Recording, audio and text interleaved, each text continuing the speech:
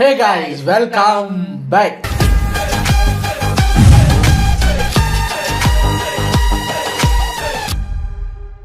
நம்ம டிலைட் சினிமாஸ்ல இருந்து இப்போ 14ஆம் தேதி படம் ரிலீஸ் ஆகிற வரைக்கும் கூலி டாபிக் தான் நிறையா வந்துகிட்டு இருக்கு. அதான் நம்மளும் பார்க்க போகிறோம். நானுமே நிறையா இப்போ சொல்ல போகிற விஷயங்கள்ல ஒரு சில விஷயம் பார்த்தேன். இதில் நான் பார்த்தது இதில் வராதது இருந்தால் நான் உங்களுக்கு காட்டுறேன். விச் இஸ் ஃபன்னி கூலி மீம்ஸ். ஸோ அந்த கூலி ட்ரெய்லர் வந்ததுக்கப்புறம் எக்கச்சக்கமாக கூலி மீம்ஸ் போட்டிருக்காங்க. டைட்டில்லே பாவம் லோக்கின்னு தான் போட்டிருக்காரு. லோகேஷ் கனகராஜ் என்ன பிளான்ல இருக்காருன்னு தெரியல. ஹைப்பு ஏறக்கூடாது அப்படின்னு ட்ரெய்லர் ஒரு விதமாக கட் பண்ணுறதும், அந்த ஹைப்பு வேணாம் ஷாக்க குறைன்னு சொல்கிற அவர் தான் இப்போ ரீசெண்டாக ஏதோ ஒரு இன்டர்வியூலையோ எதுலையோ கேட்கும்போது சொல்லியிருக்காரு என்னென்னா, நானும் நிறைய அந்த ஃபேன்ஸோட தியரிஸ் எல்லாம் படிக்கிறேன். அவங்க இது ஒரு science fiction movie, time travel மூவின்னு சொல்கிறாங்க.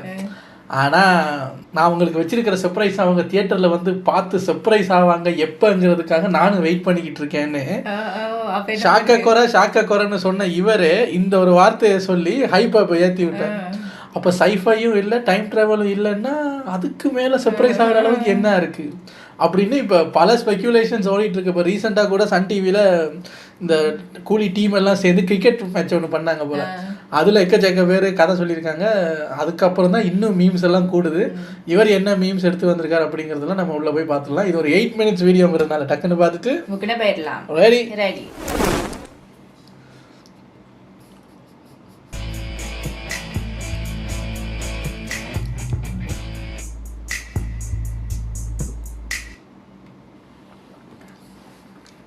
வணக்கம் and welcome to delight cinemas. இந்த எபிசோட் மீம் எபிசோட். ரொம்ப நாளைக்கு அப்புறம் ஒரு மீம் எபிசோட் பண்ணுறோம். ரீசெண்டாக கூலி ட்ரெய்லர் ரிலீஸ் ஆனதுக்கப்புறமா ட்ரெய்லர் பேஸ் பண்ணி நிறைய மீம்ஸ் சோஷியல் மீடியாவில் பார்க்க முடிஞ்சுது. நீங்கள் பாருங்கள், அந்த சொட்டை விழுந்தாலும் அந்த வெள்ளை தாடி, ஒரு ப்ரௌன் கண்ணாடி, வெள்ளை சட்டைன்னு விக்கு வச்சாலும் நல்லா இருக்கு. அந்த ஒரு முடி இல்லாமல் ஒரு சொட்டை கெட்டப்பில் இருக்கும்போதும் ஸ்டைலாக தான் இருக்காரு. இல்லை அழகா இருக்குண்ணா. அதான் நிறைய பேர் சொல்லுவாங்க. இவர் மட்டும்தாங்க, நம்ம அந்த ஸ்ருதிஹாசன் கூட சொல்லியிருக்காங்க, இவர் அந்த நிறைய பேர் பில்டப் கொடுப்பாங்கல்ல, சூப்பர் ஸ்டாருன்னா ஸ்டைலு அப்படியே வருவார் பாருங்க அப்படி இப்படின்னு. ஸோ படத்தில் அந்த மாதிரி பில்டப் கொடுத்தா ரியல் லைஃப்பில் அவங்கள பார்க்கும்போது நார்மலாக தான் இருக்காங்கன்ற மாதிரி இருக்குமா. ஆனால் அந்த கொடுத்த பில்டப் எல்லாம் சேர்ந்து ஒரு மனுஷன் அதாவே வாழ்கிறதுன்னா இவர் தானே. ரியல் லைஃப்லேயே அப்படி தான் இருப்பாரான்னு சொல்லி ஒருத்தர் 2 பேர் இல்லை, பல பேர் சொல்லி நான் கேள்விப்பட்டிருக்கேன். இப்போ சும்மா வணக்கம்னு ஒரு இது பார்க்கும்போது நல்லா இருக்கு, நீங்கள் நல்லா தாங்க இருக்குது அப்படிங்கிற மாதிரி இருக்கு எனக்கு. அதில் ஒரு சில மீம்ஸை தான் இந்த வீடியோவில் நம்ம பிக் பண்ணியிருக்கோம். அது என்ன அப்படிங்கிறத ஒவ்வொன்றா நம்ம பார்க்கலாம். நம்ம சேனலுக்கு நீங்கள் புதுசாக இருந்தீங்கன்னா சேனலை சப்ஸ்கிரைப் பண்ணி சப்போர்ட் பண்ணுங்கள். இப்போ வாங்க வீடியோக்குள்ளே போகலாம். ஃபர்ஸ்ட் இந்த மீம் பார்த்தோம் அப்படின்னா, தலைவர் டு அமீர் கான் அட் கூலி அன்லீஷ் ஈவெண்ட். அந்த ஈவெண்ட்டுக்கு சொல்லிக்கலாம், ஆனால் கூலி ஆடியோ லான்ச் கிடையாது, அதுக்கும் மேலே ஜவுளி கடை இல்லை கடல் அப்படிங்கிற மாதிரி பில்டப் கொடுத்து கூலி அன்லீஷ்னு தான் சொன்னாங்க. சரி, என்னமோ புதுசாக சொல்கிறாங்களே, ஆடியோ லான்ச்சோட பயங்கரமாக ஏதோ பண்ண போகிறாங்க போல அப்படின்னு பார்த்தா ஒன்றும் இல்லை, ஆடியோ லான்ச் தான் கண்டக்ட் பண்ணியிருக்காங்க. ஆடியோ லான்ச்சுக்கு ஒரு புது பேரை கண்டுபிடிச்சி வச்சிருக்காங்க. அவங்க சொல்றபடியே கூலி அன்லீஸ்ட் ஈவெண்ட்ல தலைவர் அமீர் கானை பார்த்து, ஓ மை காட், ஏன் இப்படி சொக்கா இல்லாமல் நிற்கிறீங்க, டக்குன்னு அமீர் கானை பார்க்கும்போது என்ன பனியனோட வராரு அப்படிங்கிற மாதிரி இருந்தது. ஸோ படத்தில் அவருக்கு என்ன லுக்கோ அதே லுக்கில் ஆடியோ லான்ச் அட்டன் பண்ணிட்டு போயிருக்காரு. அடுத்த மீம் தலைவர். ஆக்சுவலி அவர் அந்த ஒரு வீடியோ ஒன்று போட்டாங்க, அமீர் கான் எப்படி அந்த அன்லீஸ்ட் ஈவெண்ட்டுக்காக டிரான்ஸ்ஃபார்ம் ஆகிறாரு பாருங்கன்னும் போது இந்த டட்டு எல்லாம் ஒட்டி அந்த தோடெல்லாம் போட்டு நிறைய பேர் சொல்கிறாங்க, பார்த்தீங்களா, நார்த்ல இருந்து சொல்கிறாங்க, எங்களோட மிஸ்டர் பெர்ஃபெக்டை பார்த்தீங்களா, ஆடியோ லான்ச்சுக்கு கூட இவ்வளவு மினக்கட்டு வந்திருக்காருன்னு. அதை நம்ம நாட்கள் இப்படி பார்க்குறாங்க, நீங்கள் சார் சொக்கா கூட போடாமல் நிற்கிறீங்கன்னு. ஆக்சுவலி அவருக்கு ஒரு ஜாக்கெட் மாதிரி ஒன்று கொடுத்துருக்காங்க, அதை போட்டுட்டு தான் அவ்வளோ தூரம் வந்தார். ஸ்டேடியத்துக்குள்ளே என்ட்ரு ஆகும்போது கழட்டி கையில் எடுத்துட்டாரு. ஏன் சார் அப்படி பண்ணுறீங்கன்னா, பின்ன 1 hour டட்டு ஒட்டியிருக்கேன்டா, அதை மறைச்சிக்கிட்டு வரணுமா, அதை காட்ட வேணாம், அதை கழட்டி கையில் எடுத்துட்டேன். அப்பாவை கஷ்டப்பட்டு வில்லன் கிட்ட இருந்து காப்பாத்தி ஸ்ருதி திருத்த போறீங்களா, இல்ல நானே கொல்ல போறேன். ட்ரெய்லர்ல ஒரு பையனை அவரே கொண்டுட்டாரு, அதுக்குன்னு இங்கேயுமா. அடுத்த மீம் பார்த்தீங்கன்னா, saving friend daughter is the theme of the story. பேட்டா மாமா இவன், ஒரு பக்கம் ஜெயிலர், ஒரு பக்கம் பேட்டை, இன்னொரு பக்கம் டைம் டிராவல் சயின்ஸ் ஃபிக்ஷன்லாம் வேற போயிட்டு இருக்கு. அடுத்து கூலியை தியேட்டர்ல மிஸ் பண்ண போறேன். ஏன் தியேட்டர் போக காசு இல்லையா? சர்டிஃபிகேட் கொடுத்துருக்காங்க, அண்டர் 18 தியேட்டர்ல அலோவ் பண்ண மாட்டாங்களே. இந்த மீமை எந்த வகையில் போட்டிருக்காங்கன்னு எனக்கு தெரியல. உண்மையிலேயே 18 வயசு கீழே இருந்து கூலி படத்தை தேட்டரில் பார்க்க முடியாதே அப்படின்னு வருத்தத்தோடு போட்டிருக்காங்களா? அப்படி இல்லைனா ஒரு படத்தில் சத்யராஜ் சொல்லுவார், என்ன மாதிரி +2 படிக்கிற பசங்க இதுக்கெல்லாம் அப்செட் ஆக மாட்டாங்க அப்படின்னு. அந்த மாதிரி வேணும்ட்டே வயசை இறக்கி பேசியிருக்காங்களா? உங்களுக்கு எப்படி தோணுதுங்கிறத கமெண்ட் செக்ஷனில் சொல்லுங்கள். ஒருவேளை உண்மையிலே அண்டர் 18 இருந்து ஃபீல் பண்ணி தான் இந்த போஸ்ட் போட்டிருக்காங்க அப்படின்னா அவ்வளோ ஃபீல் பண்ணணுங்கிற அவசியம்லாம் கிடையாது. ஏன்னா நம்ம ஊரில் பார்த்தீங்கன்னா மால்ஸில் தான் ஸ்ட்ரிக்டாக இருப்பாங்க, மீதி தேட்டர்ஸ்லாம் அந்த அளவுக்குலாம் வந்து பார்ப்பாங்க. அப்படி உங்களுடைய லைஃப்பில் அண்டர் 18ல் நீங்கள் எந்த தேட்டரில் வந்து ஒரு A சர்டிஃபைட் ஃபிலிம் வந்து பார்த்தீங்க அப்படிங்கிறத கமெண்ட் செக்ஷனில் சொல்லுங்கள். ஹலோ, A சர்டிஃபைட் அப்படின்னா நீங்கள் பார்த்த ஜாலிவுட் ஃபிலிம்ஸ் கிடையாது, Kollywood films. Coolie censored with A. ஸ்ருதிக்கு பெட்ரூம் சீன் ஏதாச்சும் இருக்கும், ஆனால் தலை இல்லாமல் முண்டமாக இருக்கும். லோகேஷ் சர்டிஃபிகேட் வந்திருக்கு படத்தில். மோனிகா அன்கட் வெர்ஷன் இருக்கும் போலயே. அன்கட்டா? படம் முடிஞ்ச உடனே தலையை கட் பண்ணி கண்டெய்னர்ல வச்சு அனுப்பிடுவான் சார் இவன். ஃபேன்ஸ் எல்லாருமே இந்த கூலி படத்துல யாருடைய தலை உருள போகுது அப்படின்னு தான் வந்து வெயிட்டிங்ல வந்து இருக்காங்க. அது ஆகஸ்ட் 14. நிறைய பேர் வந்து உபேந்திரா தான் இறந்து போயிடுவார் அப்படின்னாங்க. பட் ட்ரெய்லரில் பார்த்தா அந்த கிளைமேக்ஸில் சூப்பர் ஸ்டார் இப்போ இருக்கிற அந்த வயசான கெட்டப்பில் நடந்து வரும்போது பின்னாடி உபேந்திரா நிற்கிற மாதிரி காட்டியிருக்காங்க. அப்போ எல்லாரும் நினச்சிட்டாங்க, ஓகே உபேந்திராவும் ஸ்ருதிஹாசனும் இங்கே இருக்காங்கன்னா அப்போ சாக போகிறது நம்ம சத்யராஜ் தாங்கிறதுக்கு ஏற்ற மாதிரி ஒரு மீம் போட்டிருக்காங்க. என்னென்னா, ஏதோ ஒரு பழைய படத்தில் சத்யராஜ் கேட்பார் அந்த வீட்டில் இருக்கிறவங்கிட்ட, இந்த வீட்டுக்காக நீ சாவியா இந்த நிற்கிறார் இந்த வீட்டோட பெரியவர் 70 வயசாது, இவர் சாவாரா? நான் சாவேன் அந்த வீட்டுக்காகன்னு பார்த்தா அந்த வீடு தான் கூலியா. அந்த நிற்கிற 70 வயசு தாத்தா வந்து சூப்பர் ஸ்டார். அவர் கேட்குறாரா, இவர் சாகுவாரா? நான் சாகுவேன் அந்த படத்தை அந்த வீட்டுக்காகன்னு. நான் யோசிக்கிறேன், அட பாவி, பழைய படமெல்லாம் போய் தோன்றாங்க இப்போ இதுக்கு சம்மந்தமாக மீம் போடுறதுக்கு. அதை எப்படி கண்டுபிடிக்கிறாங்கன்னு தான் தெரியல. தெரிய வரும். அடுத்த மீம், எப்படி இவ்வளோ ப்ராப்ளம்ஸ்க்கு நடுவில் லைஃப்பை என்ஜாய் பண்ணுறீங்க? மேடம் தான் வறுமை கோலத்தில் புலம்பி அழுவாத, இளமை காலத்தில் டீசென்சி நல்லா இல்லை அப்படின்னு அட்வைஸ் பண்ணாங்க. ஃபாலோவிங் மற்ற அட்வைஸ்லாம் இருக்கிறது இல்லை. August 2 as release date for கூலி ட்ரெய்லர். சுயம்புலிங்கம் அவர் குடும்பத்தோட தென்காசிக்கு தியானத்துக்கு போன நாள் அன்னைக்கு தான் கூலி ஆடியோ லான்ச் வச்சிருக்காங்க. இதுலயுமே லோகேஷ் ஆண்டவர் ஃபேன் அப்படிங்கறத நிரூபிச்சிருக்காரு போல. லோகி ஃபிலிம் தியரிஸ் நெக்ஸ்ட் 10 டேஸ்க்கு மஜாவா இருக்கும். Keep them encouraging guys, just keep them encouraging. பேச்சு கொடுங்க அப்படிங்கிற மாதிரி போட்டிருக்காங்க. ஏன்னா ஆளாளுக்கு ஒவ்வொரு பக்கம் பார்த்தீங்கன்னா ரைட் அப்ஸாக எழுதி தள்ளிக்கிட்டே வராங்க. அதில் இந்த ஒரு மீம் பார்த்தோம் அப்படின்னா, ஸ்ருதி படத்தில் சத்யராஜ் பொண்ணு ப்ரெஸ் ரிப்போர்ட்டராக இருக்கும். ஹார்பரில் நடக்கிற இல்லீகல் பிஸ்னஸ் பற்றி ரிப்போர்ட் ரெடி பண்ண போய் மாட்டிக்கும். காப்பாற்ற வந்த சத்யராஜ் வில்லன் நாகார்ஜுனா போட்டு தள்ளிடுவார்.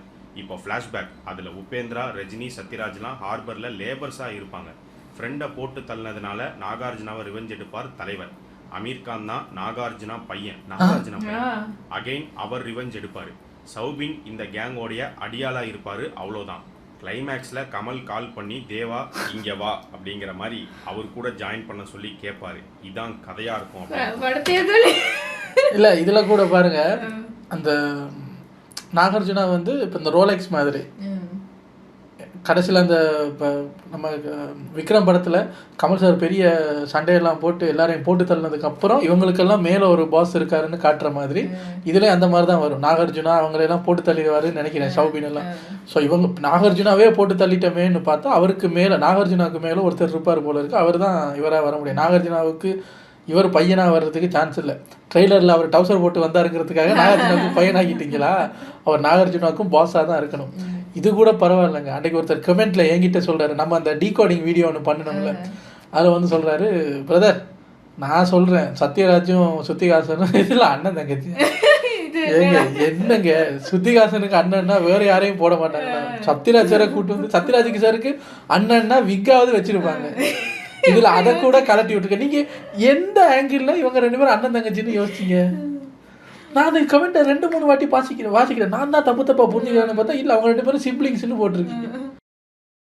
இஷ்டத்துக்கு சொல்லலாம், அதுக்குன்னு ரொம்ப இஷ்டத்துக்கு சொல்றதா? கொஞ்சம் நம்புற மாதிரியும் சொல்லணுமா இல்லையா? கடைசியாக எல்சிஓ எடுத்துட்டு வந்து கனெக்ட் பண்ணுறாங்களாம். ஏன் ஏஜென்ட் விக்ரம்க்கு வேற வேலையே கிடையாதா? எல்லாரையும் என் கூட சொல்லிக்கிட்டே இருப்பாங்க. அடுத்து seeing many theories for Coolie plot. டே அவனுக்கு அந்த அளவுக்குலாம் யோசிக்க தெரியாதுடா. Master alter ego Leo LCU connection theories பார்த்த மீ. லோகேஷ் படம்னாலே தியரிஸ் தான், அது எல்சியூக்குள்ளே வருதோ இல்லையோங்கிற மாதிரி தான் இருக்குது. அடுத்து இதே மாதிரி ஒரு meme, people are hyping themselves up over a new Loki movie. Last time I was excited, மூட நம்பிக்கை ஹேப்பன்ட். அடுத்து fan theories, time travel movie, Baasha flashback, Loki who cooked average revenge drama. ஹைப்பை பெருசாக ஏற்றக்கூடாதுன்னு நினச்சாலும் இவனுங்க விடமாட்டானுங்களே அப்படிங்கிற மாதிரி தான் அவர் நினைப்பார். நீங்கள் பயங்கரமாக எதையோ கற்பனை பண்ணிட்டு எதிர்பார்த்துட்டு வந்துட்டு படத்தில் அது இல்லை அப்படின்னு சொல்லி என்ன போட்டு பழக்காதீங்கப்பா அப்படிங்கிற மாதிரி தான் லோகேஷோடைய மைண்ட் வாய்ஸ் இருக்கும். அடுத்த மீம் பார்த்தோம் அப்படின்னா, லோகி சார், முதல்ல நீங்கள் வெளிச்சத்தில் படம் எடுங்க. எல்லா ஃப்ரேமும் இருட்டாக இருக்க போய் தான் இவங்க சொல்கிற தியரிலாம் கேட்க வேண்டியதாக இருக்குது. ஒன்றும் தெரிய மாட்டேங்குது. அவர் டிசி ஃபேன், அவருடைய படங்கள் பெரும்பாலும் இருட்டிலே தான் வந்து இருக்கும். நம்ம தான் தேடி கண்டுபிடிக்கணும். அடுத்து இந்த மீம் பார்த்தோம் அப்படின்னா, August 14 தேட்டர் வருவேன், படம் நல்லா இருக்கணும், கிளைமேட் ரஃபாக இருக்குது, ஷூட்டிங் டஃப்பாக இருக்குது, 50% வேணும்னு தலைவர் சொன்னார், ரிலீஸ் டேட் கிட்ட இருக்குது, கலெக்ஷன் தூரமாக இருக்குது, பூஜா டான்ஸ் வேணும்னு சன் பிக்சர்ஸ் சொன்னாங்கன்னு பிஆர் மொட்டை கிட்ட அடுத்த மாதம் இன்டர்வியூவில் ஏதாச்சும் சொன்னேன், ஆயிடுவேன். என்ன இப்படி போட்டு மிரட்டுறீங்க? அடுத்து இந்த மீம் பார்த்தோம் அப்படின்னா, எல்லா இன்டர்வியூஸ்லையும் எல்சிவான்னு கேட்டு இம்சை பண்ணுறாங்களா? லியோன்னு டைட்டில் வச்சுட்டு படம் பூரா நீ லியோவான்னு கேட்டப்போ எங்களுக்கு எப்படி இருந்திருக்கும்? பிடிச்சாங்களா? அது கீழே போட்டுருக்கிற படத்தை பாருங்களேன். அந்த என்ன அம்பிக்கு தண்டனை கொடுப்பாங்களே உப்பு தண்ணியில போட்டு, அந்த மாதிரி உப்பு தண்ணியில போட்டு எரியுதா? எங்களுக்கு எப்படி இருக்கு? ஒரு 2.5 மணி நேரம் லியோவான்னு கேட்டு இப்போ நாங்கள் மாசக்கணக்கா எல்சிவான்னு கேட்டு அடிப்போம். இதில் இப்போ இதுக்கு முன்னாடி சொன்னாங்கல்ல, இந்த ப்ரொடக்ஷன் கம்பெனி அது பண்ணிருச்சு இது பண்ணிருச்சுன்னு ஏதாவது சொன்னேங்கிற மாதிரி லைட்டாக அதுக்கு கிட்ட வந்து போச்சு. ஒரு மீமில் அவரே சொல்லியிருக்காரு, இந்த மோனிகா பாட்டு உங்கள் படத்தில் எப்படி, உங்களுக்கு தான் அதெல்லாம் பிடிக்காதுன்னு கேட்க ரொம்ப நேரம் யோசிச்சுட்டு, அது பிஸ்னஸுக்காக பண்ணது தான் சார், அந்த ஒரு எக்ஸ்ட்ரா ரீச் கிடைக்கும்னு பிஸ்னஸுக்காக பண்ணதான்னு சொல்லும் போதே தெரிஞ்சு போச்சு. இந்த படம் பிஸ்னஸ் ஆகணும்னு யார் நினைப்பா? மெயினாக யார் நினைப்பா? Production company. அவங்க சொல்லியிருக்காங்க, சார் எல்லாம் ஓகே சார், கன்ஃபார்ம் 1000 கோடி அடிக்கணும், எல்லாரும் இழுத்து போட்டிங்க. இதில் ஒரு அவங்க அந்த புஷ்பா ஸ்டைலில் போயிட்டாங்க. சரி லோகேஷ் கிட்ட போய் எப்படி கேட்கறது, சரி ஏதாவது கேட்போன்னு கெஞ்சிருக்காங்க. இவரும் பார்த்தாரு என்ன பண்ணுறது, அதான் அதுலேயும் லோகேஷ் டச்சு, ஐயா அவங்களோட நீங்கள் கொஞ்சம் ஹெவியாக ஆடிடுங்கன்னு அவர் வச்சுட்டாரு. அதுலேயுமே ஃபேன்ஸ் கோவமாக இருக்காங்க. என்னென்னா இதில் எங்கே சூப்பர் ஸ்டாராக இல்லை.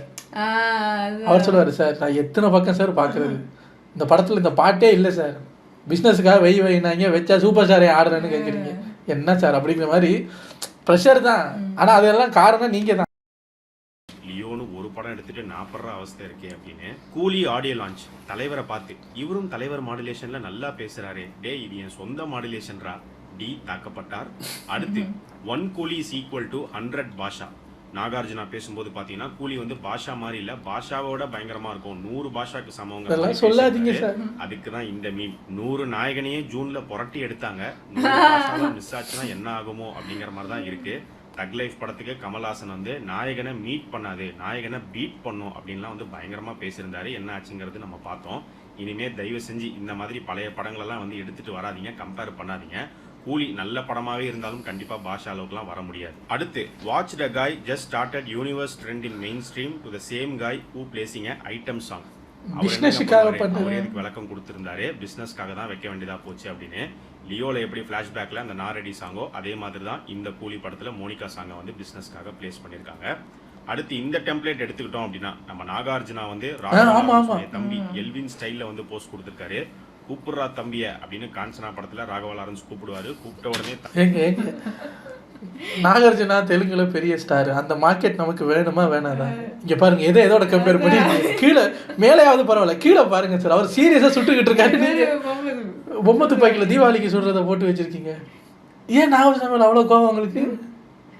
இப்போ நாகார்ஜுனா அந்த தெலுங்கு ஃபங்க்ஷனில் ப்ரீ ரிலீஸ் ஈவெண்ட்டில் ஒன்று சொல்லியிருக்காரு, அதுக்கும் காண்டாகிட்டு இருக்காங்க.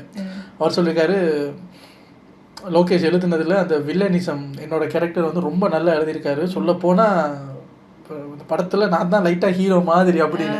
அதுக்கு கொந்தளிக்கிறாங்க. சூப்பர் ஸ்டாரை வச்சுக்கிட்டு நீங்கள் ஹீரோ மாதிரியா? அப்போ என்ன லோகேஷ் சூப்பர் ஸ்டாரை விட ஓவர் ஷேடோ பண்ணுற மாதிரி எழுதி வச்சிருக்கியா? யோசிப்பார், ஐயோ ஆளாளுக்கு சொல்கிறதுக்கு ஏன் சார் என்னைய போட்டு அடிக்கிறீங்கன்னு. அப்படி தோணி இருக்காரு. எங்க ஒரு படத்துல சொல்ல போனா ஹீரோவை விட வில்லன் ஸ்ட்ராங்கா ரைட்டிங்ல இருந்தாதாங்க ஹீரோவுக்கே எலிவேஷன் கிடைக்கும். ஸோ நம்ம பாஷான்னு பேசுறோம்ல, அங்க மார்க் ஆண்டனின்னு ஒருத்தர் இல்லைன்னா பாஷா டம்மியா தான் தெரிஞ்சிருக்கும். ஸோ அங்க இப்போ நம்ம சொல்லலாமா மார்க் ஆண்டனி வந்து பாஷா ஓவர் ஷேடோ பண்ணிட்டாருன்னு? முடியாது இல்லை. ஏன்னா ஓவர் ஷேடோ பண்ற மாதிரி ஒருத்தர் இருக்க போய் தான் அதை தாண்டி வெளியே வந்தாரு பாடுறா ஹீரோ கேரக்டருங்கிற மாதிரி ஒன்று வரும். ஸோ எப்பயுமே நீங்கள் ஹீரோக்கு எழுதுறதை விட வில்லனுக்கு எக்ஸ்ட்ரா ஒரு பெண்ணை வச்சுக்கிட்டு எழுதணும், அந்த அளவுக்கு ஸ்ட்ராங்காக எழுதி ஆகணும். தம்பி பாத்தீங்கன்னா இதே போஸ்ட்ல தான் நடந்து வருவாரு. எல்வின் இதுல வில்லனாக அறிமுகம் கிங் நாகார்ஜுனான்னு போடுவாங்களான்னு தெரியல. அடுத்து கீழே பாத்தீங்கன்னா ட்ரெய்லர்ல வந்து நாகார்ஜுனா கன் வச்சு ஷூட் பண்ற ஷாட்டை வந்து சிவாஜி படத்துல சாலமன் பாப்பையாவோட கம்பேர் பண்ணிருக்காங்க. யோ அவர் இந்த படத்தோடைய வில்லன்யா. அடுத்த மீன் தம்பி ராயனுக்கும் ஏ சர்டிஃபிகேட் தான் கொடுத்தாங்க. எதுக்காக சொல்றேன்னா அதுக்காக சொல்றேன் போட்டிருக்காங்க. சேச்சே கண்டிப்பா அப்படிலாம் வந்து இருக்காது. அடுத்து கூலி ப்ரீ கிளைமேக்ஸ். அமீர் கான், நான் உன் ஹார்பர்ல இருக்கிற கண்டெய்னர் எல்லாம் தூக்கிட்டேன்டா தலைவர். ஓ மை காட், எப்போ? அதே மாதிரி கூலி இன்டர்வல் பிளாக். நாகார்ஜுனா, உன் சாம்ராஜ்யத்தை அழிச்சு உன்னை தரமட்டம் ஆக்குறேன்டா தலைவர். வாழ்த்துக்கள் வாழ்த்துக்கள். சூப்பர் ஸ்டாரோடைய ஆடியோ லான்ச் ஸ்பீச்.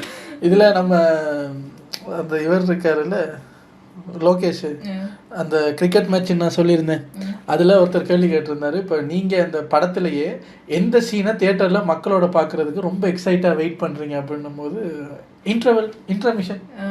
அப்போ எல்லாரும் சொல்கிறாங்க, ஆஹா விக்ரமில் இன்டர்வல் கொஞ்சம் இதாக இருந்தது, இதில் எப்படி இருக்கும் அப்படி யோசிக்க மாட்டேங்கிறாங்க.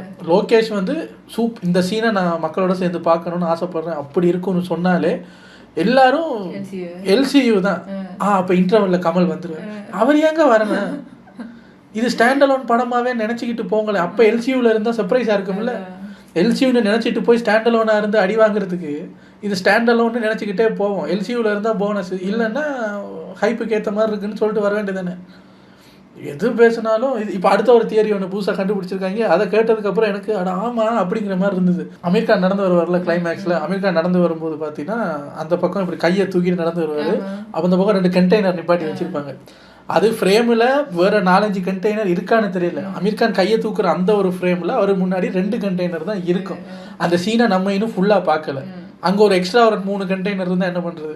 இந்த ஃப்ரேமில் 2 கண்டெய்னர் இருக்குது. 2 கண்டெய்னர்னாலே விக்ரம் படத்தில் கேட்டுக்கிட்டே இருப்பாங்கல்ல, அந்த 2 கண்டெய்னர் ஹாப்பில் இருந்து காணாமல் போச்சுல, அந்த 2 கண்டெய்னர் காணாமல் போச்சுல, அந்த 2 கண்டெய்னர் தான்.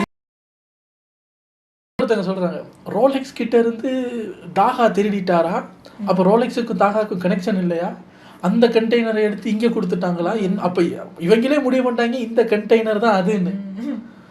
எவனை யோசிக்கிறேன், என்ன ஐயோ நாளுக்கு நாள் இவங்க வியாதி கூடிக்கிட்டே போகுது. டக்கு புக்குன்னு முடிஞ்சா ஒரு 5 நாள் முன்னாடியே படத்தை ரிலீஸ் பண்ணுங்களேன், உங்களுக்கு அடி குறையும். தாண்டி ஏர்போர்ட் ஸ்பீச்சுக்கு ஒரு பெரிய ஃபேன்ஸ் இருக்கு போல. அடுத்து இந்த மீம், பவர் ஹவுஸ் மாதிரி கையில் ஒன்று வச்சுக்கிட்டு அரங்க மதுரை விசிலு பறக்கட்டுமேனு ட்ரெய்லரில் பிளேஸ் பண்ண ஐடியா கொடுத்தது யாருன்னு மட்டும் சொல்லுங்க, காம்ப்ரமைஸாக போயிடலாம் சாய் அப்படிங்கிறார் பாரோ. அடுத்து கைதி 2 எடுக்க விடலன்னு கோவத்துல எதையோ கிண்டி விட்டானோ 2 வருஷம் கூலிக்காக உழைச்சிருக்காரு அப்படின்னா இருக்காதுன்னு நினைக்கிறேன், பார்ப்போம். அடுத்து கூலி ஆடியோ லான்ச் ஃபங்க்ஷன். தனுஷ் மூத்த மகன் யாத்ரா எப்போ பார்த்தாலும் ஃபோனை எடுத்துட்டு வீடியோ எடுத்துக்கிட்டே இருக்காப்லங்கிற மாதிரி போட்டிருக்காங்க. ஆக்சுவலா கூலியில வீடியோ எடுத்தது யாத்ராவா லிங்காவா? 2 பேருமே ஆடியோலே பார்த்தீங்கன்னா கையில ஃபோன்ல ரெக்கார்ட் பண்ணிக்கிட்டே தான் இருக்காங்க. எவ்வளோ அதை போட்டும் கேட்டிருந்தாங்க, ப்ரோ உங்க ஃபோன்ல எவ்வளவு தான் ஸ்டோரேஜ் இருக்கு, எல்லா ஃபங்க்ஷனையும் முதல் ரோவில் உட்காந்து ரெக்கார்ட் பண்ணிக்கிட்டே இருக்கு. ஆமா, அவங்க அம்மா சம்மந்தப்பட்ட ஃபங்க்ஷனுக்கு போனாலும் இப்படி தான் உட்காந்துருப்பாரு, அவங்க அப்பாவோட வடிவல் வச்சுக்கு போனாலும் இப்படி தான் உட்காந்துருப்பாரு, தாத்தாவோட வடிவல் வச்சுக்கு வந்தாலும் அப்படித்தான், தாத்தா எந்திரிச்சு போறதும் ரெக்கார்ட் பண்றாங்களா சின்னவர். அப்ப அது கேட்கறாங்க போட்டு, ப்ரோ உங்க ஐபோன் தானே எவ்வளவுதான் அதுல ஜிபி இருக்கு, பண்ணிக்கிட்டே இருக்கீங்க ரெக்கார்டு, இங்க எடுத்துட்டு வீட்டுல போய் பார்த்துட்டு அழிச்சிருவாங்க போல இருக்கு, ஸ்டோரேஜ்ப்பா உங்ககிட்ட இருக்கு அப்படிங்கிற மாதிரிமே நிறைய பேர் வந்து மீம் போட்டிருந்தாங்க. ஸோ இது எல்லாமே தான் கூலி ட்ரெய்லர் பற்றி வந்த ஒரு சில ஃபன்னி மீம்ஸ். இந்த மீம்ஸில் உங்களுடைய ஃபேவரட் மீம் எதுங்கிறத கமெண்ட் செக்ஷனில் சொல்லுங்கள். அடுத்து இதே மாதிரி இன்னொரு மீம் எபிசோடில் நம்ம பார்க்கலாம். நான் பார்த்த மீம்ஸ் ஒரு வெகு சிலது தான், அது இதில் வரலை, அதனால நானே அதை காட்டிடுறேன். இதில் பார்த்தீங்கன்னா ஒரு குரங்கு ஒன்று நடந்து வந்துகிட்டு இருக்கு. இப்போ அந்த குரங்கு தான் நம்மள audience. Out of the theatre after Coolie movie ended. இப்போ நம்ம வந்து படம் பார்த்து முடிய கூலி மூவி அங்கே முடியுது, நம்ம தியேட்டரை விட்டு வெளியே வரணும் எண்டு கார்டு போடும்போது. சப்போஸ் எண்டு கார்டு முடியும் போது வெளியே வந்துகிட்டு இருக்கோம், ஓடுறோம், திரும்பி தியேட்டருக்குள்ள ஓடுறோம், ஐ விக்ரம்